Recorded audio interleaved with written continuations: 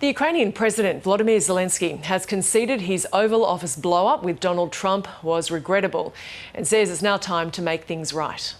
Your country is in big trouble. Can I Wait a answer? minute. No, you've done a lot of talking. Your country is in big trouble. I know. The confrontation in front of the world's media has strained relations between the two countries. The Ukrainian leader had travelled to Washington to sign a minerals deal to ensure ongoing US support for his country's war effort. But it descended into chaos when Kyiv called for lasting security guarantees to prevent future Russian aggression. Mr. Zelenskyy says it's time to make amends.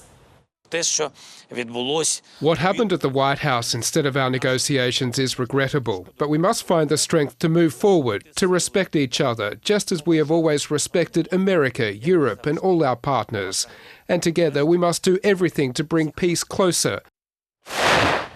The US is Ukraine's single biggest donor. Donald Trump and his administration's officials have repeatedly stated the Ukrainian leader wasn't appreciative of US support. They announced a pause in aid to review US assistance and put pressure on Kyiv to work towards a peace agreement. The showdown capped off a remarkable turnaround in US policy towards Ukraine after supporting the country throughout the war.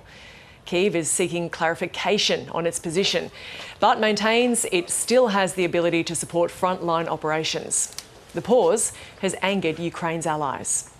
Our responsibility as the European Union, our responsibility as countries that are friends of Ukraine, is to be able to substitute ourselves as quickly and effectively as possible to US deliveries, so that Ukraine is not forced to give in. This is a duty we must fulfill.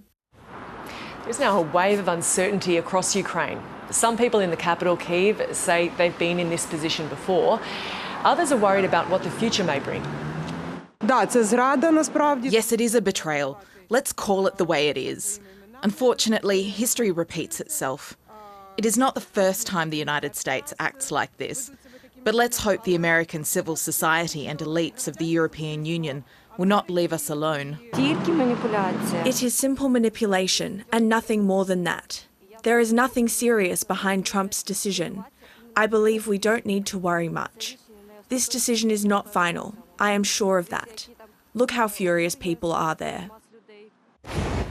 European leaders have acknowledged they need to offer more support and have set out a path towards a lasting ceasefire in Ukraine, one that includes sending British and French peacekeepers to the nation to deter Russia, as long as there's a US backstop.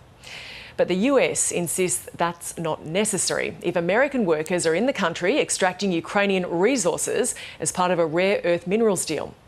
Now it appears that agreement is back on and could be announced by Donald Trump when he addresses a joint session of Congress. I think we've heard some positive things, but not yet, of course, the signature from our friends in Ukraine. But look, the mineral deal is a really important part of the president's policy. Number one, the American people have got to get some payback for the incredible financial investment we've made in this country. On Russian state television, the Kremlin describes the decision to halt military aid to Ukraine as the best contribution to peace and a good move to push Kyiv towards the negotiation process. Russia illegally annexed Crimea back in 2014. It launched its full-scale invasion 3 years ago and now controls about 20% of Ukraine.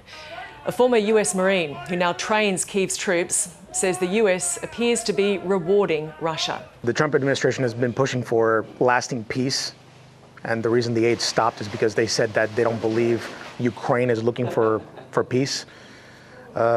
We know that Ukraine wants peace, but we've seen what peace with Russia looks like in the past couple of years. They break treaties, they start wars, they blame NATO expansionism, meanwhile they expand themselves through force. If we don't have enough weapons, people will die. Which is not to say I think Ukraine's going to lose. I don't think Kyiv is going to fall. I think we will keep fighting because we don't have any other choice.